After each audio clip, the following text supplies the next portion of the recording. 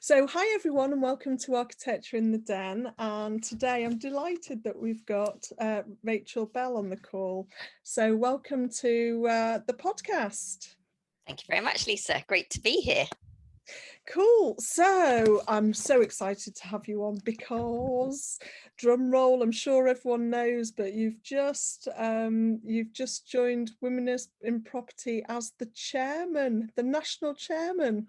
Or chair, we're calling it now. So yes, we've changed it all. So national chair for women in property. National chair. Yes, I remember when I was involved in Women in Property, and I think we were calling it chairman at the time. It's been a challenge. We've had quite a lot of feedback that let's change the times. Even some very senior exec who are chairs of businesses have questioned that they don't want to be called chairman. So yeah, it's quite a hot topic at the moment. Okay, and so is that across the board then? Yep, so we have branch chairs now rather than chairman. Brilliant. So, but is that coming into common parlance, kind of chair rather than chairman? A mix, I think. One of the things that I posted, I think I had one out of 90 or so comments, and of course you hone into that one negative comment, don't you? And you forget about all of the other positive comments. But the one negative was, well, surely chairman is a gender neutral term. So yeah, all the others were going, great, it's great to see this change. So yeah, we will see, but absolutely we're trying to change and make sure that it's still with the times. No, that's brilliant. So not only are you now national chair of Women in Property, but you're also a director of Stride Treglown. I did pronounce that right, didn't I? Yes. Yeah. Phew. And our topic of conversation today is about networking, the benefits of networking. So with that in mind, how did you get to be a director of Stride Treglown and chair of Women in Property? Yeah, well, it's been quite a long journey, to be honest. So it's interesting. Today we were talking in the office. I've been in the office today. That's quite exciting in the first instance, isn't it? So I'm almost at my 21st anniversary of being in the business. So I joined. Wow. Yeah, exactly. Wow.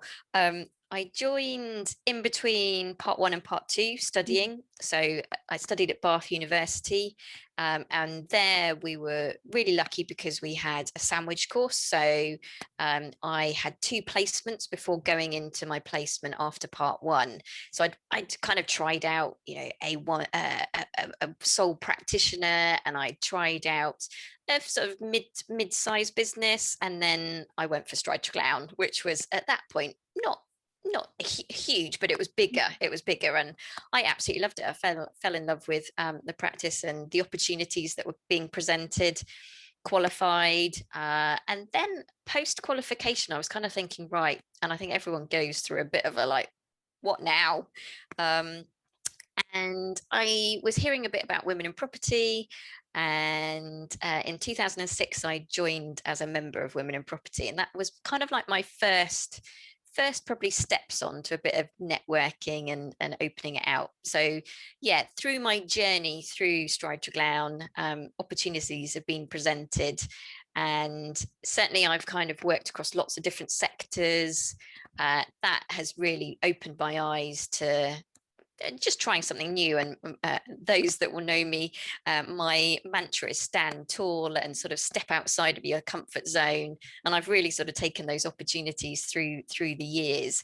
And that's kind of led me to where I am today in trying to shortcut the story, really, in terms of, diverse kind of sector experience, the Women in Property network that it's given me, and certainly, being able to call on friends and contacts through the industry, and just, go with everything that's presented you with you. I'll probably say yes far too much. And that's something that I have been learning to perhaps start to say no to a few things. And yeah, through Women in Property, I was Southwest Regional Chair back in 2017, 2018. So I know, Lisa, you've done the Northwest Chair post as well. So yeah, I did that, and that was a massive springboard. That really was a game changer for me in terms of just the profile in the industry, the opportunities that it was giving me, both through Women in Property and through the business. And then, yeah, joined the board back in January of 2020. You want to just hold that thought there? So did you hear me pause the recording there? I don't know whether it records the bit where it says this meeting is being recorded or not. We'll find out when we listen back. So where did we get up to? So you were talking about joining the board of Stride Treglown. Yep, so I joined the board back in January of 2020. So joining that, looking forward to an exciting year ahead. And then 2020 obviously ended up being like it did. So quite a challenging time. And I actually started that year in New Zealand. So actually on the 1st of January, when my board position started, I was over the other side of the world in New Zealand, and actually came back mid-January. And the start of the pandemic was there, and literally within a month we were talking about working from home, and then from obviously mid-March we did. So getting to grips with a new role as a director, although it was in a business obviously that I thought I knew really well, in the role of as a director was particularly challenging in what was a massive challenging time. How big is Stride? So how many offices, how many staff, what disciplines do you cover? Yep, so we're 9 offices. There's now currently about 340, 350 people. Wow. So converting that all through to working from home sort of overnight. And how many directors are there? So there's 15 of us around the board table. Yeah. All from different offices. Yeah, so across all the offices, and we all have different sector experience, sector strengths, manage various different bits of the business. But it's been quite a positive experience, really. Straight from day one, we instigated like weekly updates from the senior team, from the senior leadership team. So that included the regional directors and directors. We had company webinars, very aware of trying to make sure we were being as transparent and open and honest as possible, which has really been a path that we as a business have gone through across many years now, as we've taken up employee ownership, and now, even this year, we have launched into a B certified business. So we don't stand still. We keep things moving. Sorry, a B certified business? So a B Corp, B Corporation. What's that? So it's businesses who have been able to go through a certified process to prove how they look at profit versus purpose, and how they deal and work with people both in their business and through their supply chain. So it's an initiative which is now growing quite increasingly in the UK. Businesses like Puckatee and Alp Kit for those love the outdoor, or Beauty Kitchen for those trying to think of like different diverse companies. Essentially, it started in America, and this year alone, since we certified, there has been an extra 50 other businesses. So it's now up to about 500 businesses in the UK. Quite new for the built environment. We are the first large architects. There was actually one other architect who had certified before us, but a few project managers, few developers. Were you involved in the decision of going down that route? We all were as a board, but my fellow colleague took us through the certification process, which took over 6 months. It was a long process. And it's reviewed every 3 years. So things like that, which prove that we can still keep working even in quite difficult times. Yes. Yeah, I'm sort of going through the process of joining the BFA, the British Franchise Association. And it, it is like joining the RIBA or having, as a chartered practice, you've got your KPIs and you've got to produce all your documents, and then they sort of rigorously check and test you. And yeah, it's ongoing. I will be there. I will. You'll get it. We will get there. But no, there's quite a few hoops to jump through. So coming back to the topic of networking, so do you remember your first networking event? Oh, no, not specifically, no.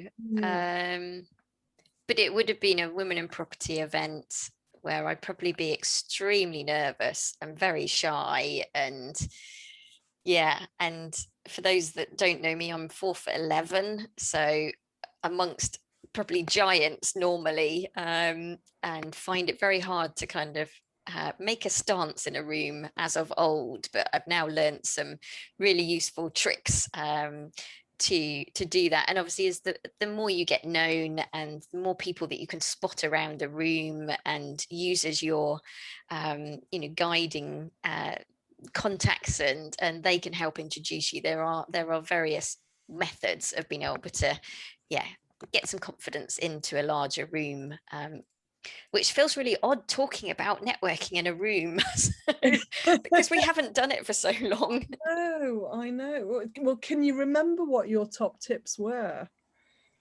Yeah, so I always try to get to events early, so that you aren't the last coming into a room where lots and lots of people are, and therefore it's quite hard to spot a few people. So I would say, first of all, try and arrive as early as you can so that you're in the room, and then you can see people come in, so you can kind of identify who you might want to go and speak to. Obviously, do your homework before the event. That's part of the kind of saying yes to something, that you're saying yes because there is a purpose to it.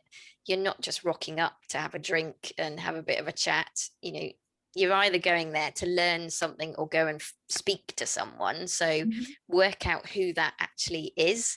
And if you don't know them by sight, then work out who might be able to identify that for you. So again, ask for a guest list. If you haven't been sent a guest list, ask for one so that you can do that homework beforehand. And I mean, my main tips really for people when they always say, "Oh, I don't know what to say," or I don't know everything, so I can't help," would be, I don't know everything. No one knows everything. And that's actually quite a good reason to follow up with someone. So if you're talking to them and suddenly they're asking you lots of questions and you're thinking, I don't know any of the answers, is actually use that as a follow-up point so that you can go and do some homework, put them in contact with someone. And so you don't need to know everything, as long as you've got a broader understanding and you can point them in the right direction. The key thing there is not to blag your way through it. Be yourself. Be authentic as well. I've had some horror stories really through some meetings where you just don't feel as though you get to know the person, and they're putting on quite a front, and that's really hard then to build on that relationship, build on the kind of rapport that you're trying to develop with these people. So yeah, be yourself and be polite and honest. Really simple kind of things that are in the everyday that people sometimes forget when they're actually talking to people. So, and listen to people as much as talking to them. I have been talked to in quite a lot of meetings, and whether that's at an event or on a B2B meeting, and it's testing. The amount of people that when you say you're an architect, they tell you what an architect is. and what you do. I'm like, why are you telling me? It's like, did you find out anything? Do you want to talk to me? No, clearly not. That's you carry on telling me what an architect does. That's really good. Yeah. And I think one thing that I learned about networking is that you're not there to win business. All you're doing is it's the start of a relationship. So if you meet someone, it's all about just arranging to go for coffee.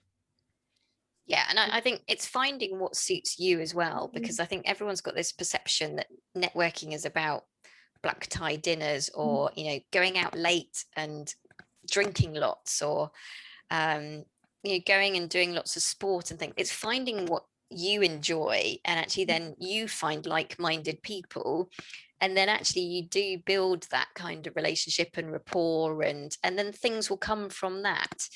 Absolutely. Don't expect to be going to events and winning work instantly.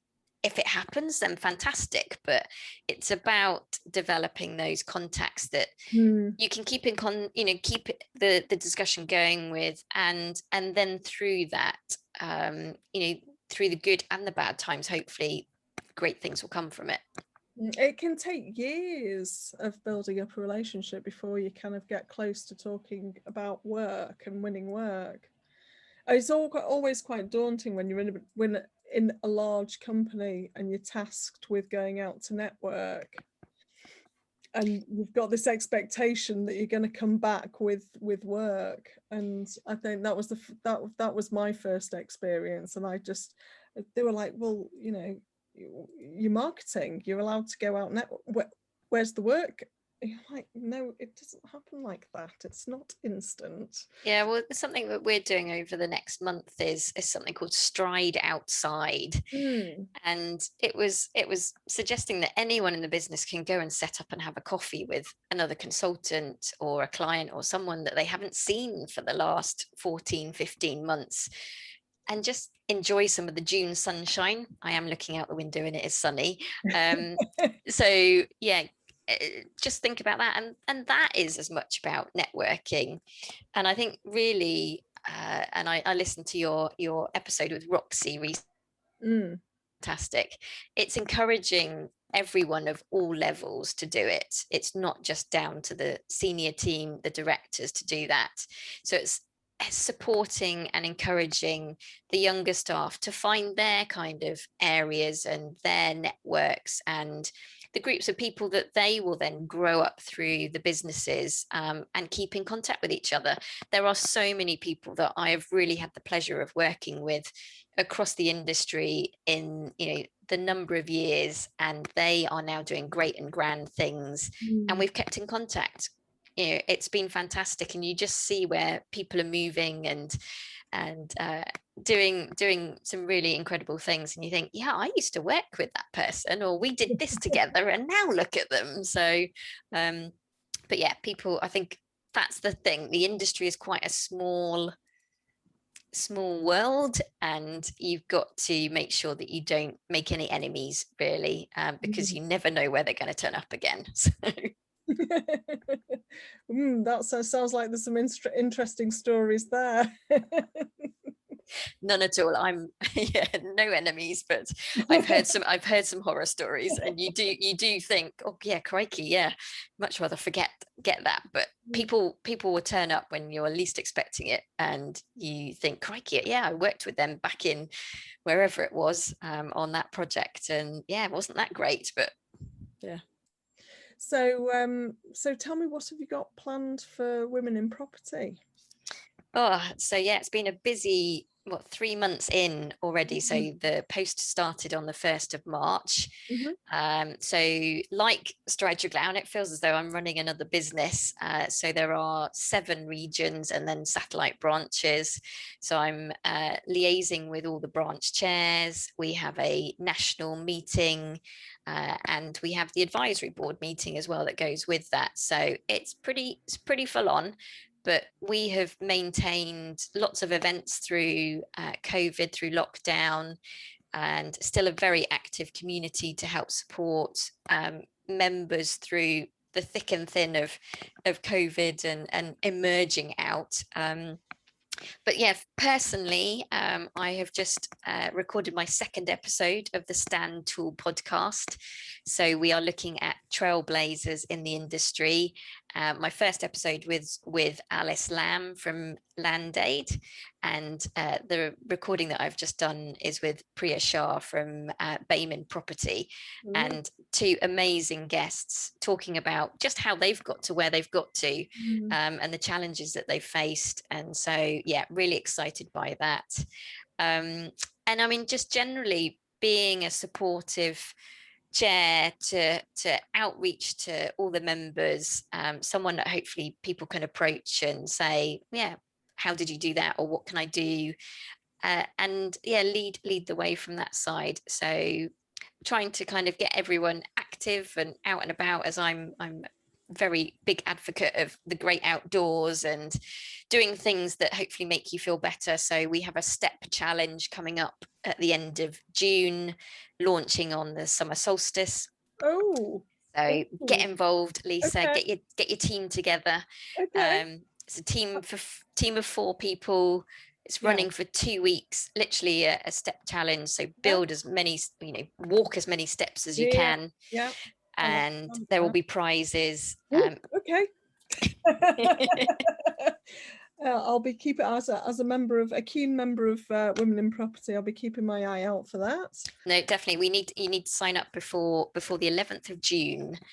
With the team. So yeah, this week, if you're game for that. And what we're doing, those emails, we're joining all the steps together from across all the regions across the UK, and then seeing if we can walk around the UK coast path. So okay, virtually. So team of 4. Yeah. Okay, I will look into that. And so how long's your term for? So it's a year, and that's a pretty good time, actually. It's not long enough in terms of making massive changes, massive differences, but it's certainly long enough trying to balance, obviously, a busy job and all of that on top of it. How much time do you think it takes out of your diary? It's really hard because each day is different. And then I suppose because of the role that I have, I do mix a lot of, speaking opportunities and meetings, which can be both, for specific work and women in property, and that overlaps quite considerably. But yeah, it's a lot of time. There are a lot of evenings, a lot of weekends spent thinking about it, if not actually doing stuff. And I would actually, that's been the benefit of lockdown, because you can flex between, a yoga class to a virtual webinar, etc., pretty easily. And I'm pretty thankful, actually, that this has been a bit of a circuit breaker from the manicness of, early morning events to late night events to, all those type of things. So that's cool. So if we had some sort of younger architects or young professionals listening in, what advice would you give? Certainly sort of going back to the networking topic. I would just get out there and talk to people. And I wouldn't worry, about not knowing everything. I would talk about what you're doing, talk about, what your day involves, what projects you're working on, and actually just reach out to people that are all probably feeling exactly the same way, that you're not quite sure what you're doing. I even still feel like that sometimes. So, yeah, just as I said, be sort of present in the moment. Think about what you're doing at that time. Start thinking about how you might present yourself. So, we talk about the elevator pitch, how you would introduce yourself. Be aware that you need to adapt that for different situations as well. So really think about who you're meeting, what you need to kind of get across. And then, make sure you do your follow-ups, because, there's no point just going out there talking to lots of people and then do nothing with it. Mm. So make sure you actually action and do something from that. And that's where the good things come, is when you actually start that discussion and keep that going. Mm.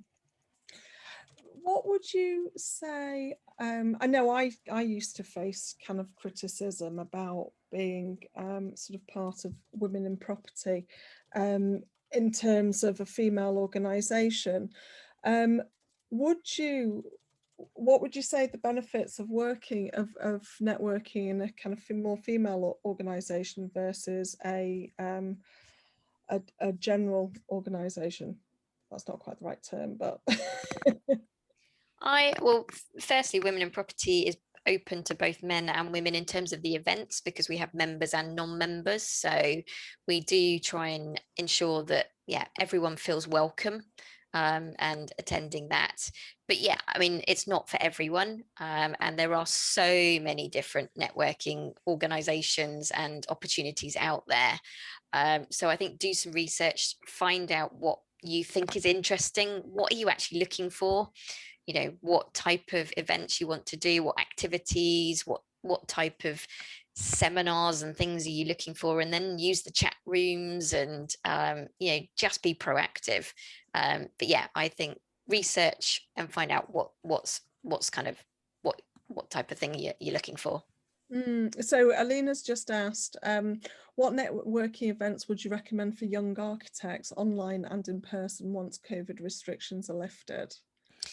Yeah, I mean, there are lots of kind of the sort of younger versions of grown-ups is the wrong word, but you know, the kind of the main groups, and then there are the ones particularly aimed at graduates. So I would look up the things like Creation, which was created for graduates. There is, so is like, that an architect's one, the Creation? it's not specifically, but I would say, I mean, from architects, the last thing maybe you want to be doing is socializing with other architects. So true. Yep.